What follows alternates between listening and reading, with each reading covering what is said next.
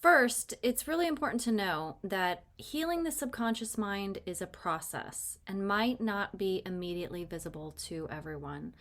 And each unique person can have different signs as well as a different pace of healing, and that's okay. However, just like anything you do to improve, the more you practice it, the better you become. So, if you practice subconscious healing, you are going to see improvements along the way. But some questions I get are things like, what does it feel like? And how do you know you're healing? So today I want to give you a little insight into just that. These are things I have experienced myself and the things thousands of other women who've used rapid reprogramming have experienced too. So stay tuned so you can learn where you are along your personal healing journey and maybe some areas that you can practice your own healing some more. Welcome to the Emotional Abuse Recovery Podcast, a podcast specifically designed to help you heal after a toxic or narcissistic relationship. This podcast teaches you to use your subconscious mind to go from feeling stuck to set free. In here, you will learn how to use the power of your own mind to free yourself from emotional pain, move forward with confidence, and experience the inner peace you deserve in your healing journey after emotional abuse. I'm your host and subconscious reprogramming coach, Allison Dagney. So let's get started. Okay, so one thing you're likely to feel if your subconscious is healing is way more calm and reduced reactivity. You might experience a sense of calm and relaxation in your body in general, and this can manifest in a lot of different ways. Your breathing could be slower. Your posture tends to be more relaxed. You may notice that your heart rate is really even and steady, but it's not, rapid or causing you to feel butterflies in your stomach. Some people even feel a tingling sensation like in their hands or their feet. Your mind will be open and your mind will be free from these racing thoughts, and overall, you just really feel a sense of ease. A lot of people, including myself, will use the term lighter, like I'm feeling so much lighter when describing how they feel after working through their subconscious healing.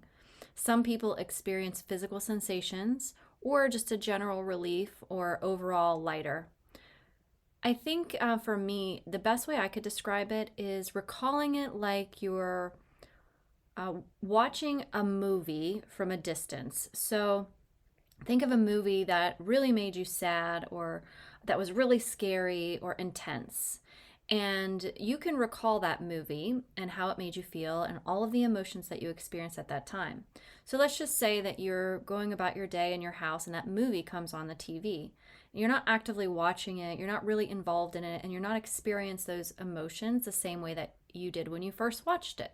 So after doing this kind of healing, it sort of feels like that. It sort of feels like, yes, you know it's there, it's in the background, it happened, but it's not giving you those same emotional responses.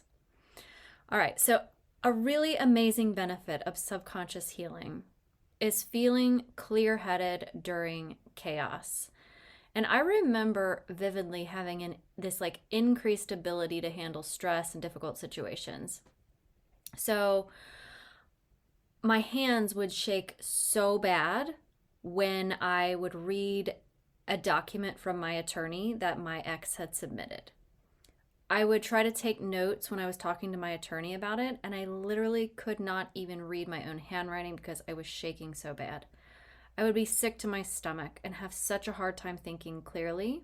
But once I finally got a hold of this and I did the work to release the things that were keeping me feeling that anxiety, then all of that just went away.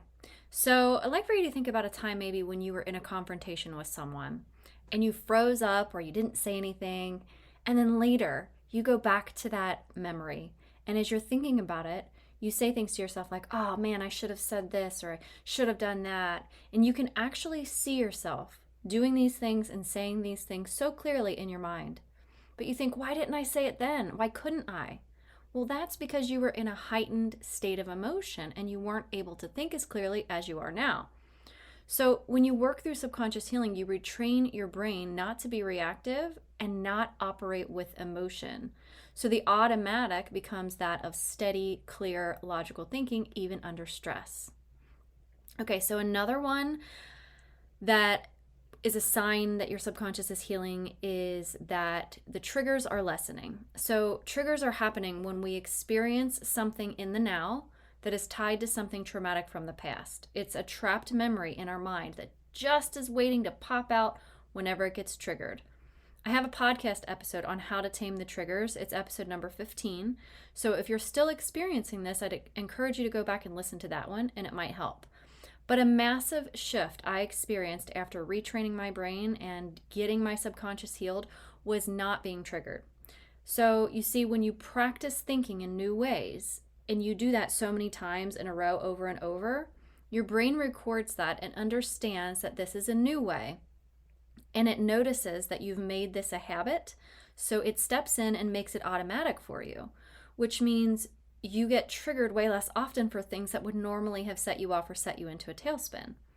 I still remember one of the first times this happened to me, and I had been working on not getting triggered by text messages by my ex because I was having a physical reaction to it. Every time I would see a text pop up with his name on it, I would get this like gut punch, sick feeling in my stomach.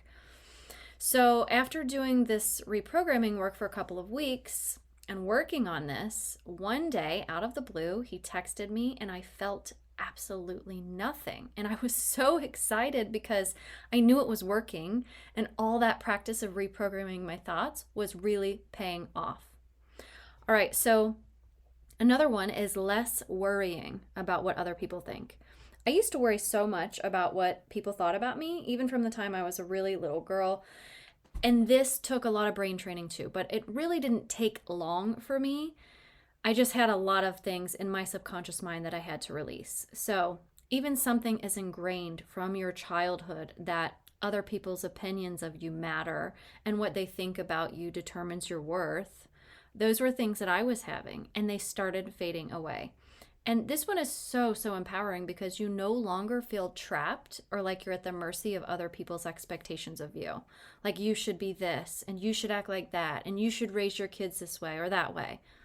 All of the shoulds just go out the window, and you can finally start to feel free and at peace in your own skin for who you are without all of that judgment. I mean, the judgment's going to happen no matter what, but you don't have to feel it like you used to.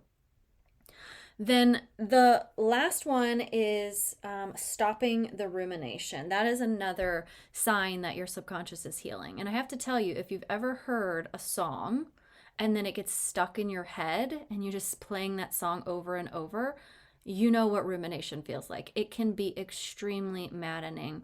All you want to do is turn off your brain. You even think sometimes, well, maybe if I just go to sleep, it'll stop. But even then, you might dream about it. So a lot of people think they can't ever stop the thoughts, or that time will just have to pass by so that you can stop thinking about it. But here's the thing. If you've thought it enough times, your brain thinks you want to think about it more. So it keeps repeating the thoughts for you over and over. It's trying to make life easier for you. It just doesn't know it. It's actually making it harder. When the rumination starts to slow down and go away, you have more time to think about things you really want to think about. You have more mental bandwidth to spend with your kids and actually pay attention to them and what they're saying, what they're doing. You are no longer just nodding and blinking when people are talking to you because you're actually in the moment instead of off in la la land thinking about your ex or the pain from the past. So this one is such a freeing experience because it's like you opened a cage door in your mind and you just let these thoughts just jump out and run away forever. Okay, so now that you know the 5 signs that your subconscious is healing, and those are a sense of calm, clear-headedness, not being triggered, not worrying about what other people think, and not being stuck in ruminating thoughts, now you can decide which one of these you need to focus on. Which ones are you still struggling with? It's important to know your own personal needs and just start with whatever is holding you back the most. You can always work on these just one at a time. And please don't feel overwhelmed and like you have to tackle every single thing at once. Practice is what you need to do, right? We're just practicing. It's like if you were building a house, one brick at a time. Eventually, the whole house will be built. And Rome wasn't built in a day, as they say. So, if you're interested in working with me on a deeper level for your own personal healing after emotional abuse, I offer one-on-one coaching for my clients. I'd love to talk to you to see if we are a good fit to work together. So just send me a DM on Instagram or Facebook, or you can email me at allison@whentearsleavescars.com. Talk to you next week.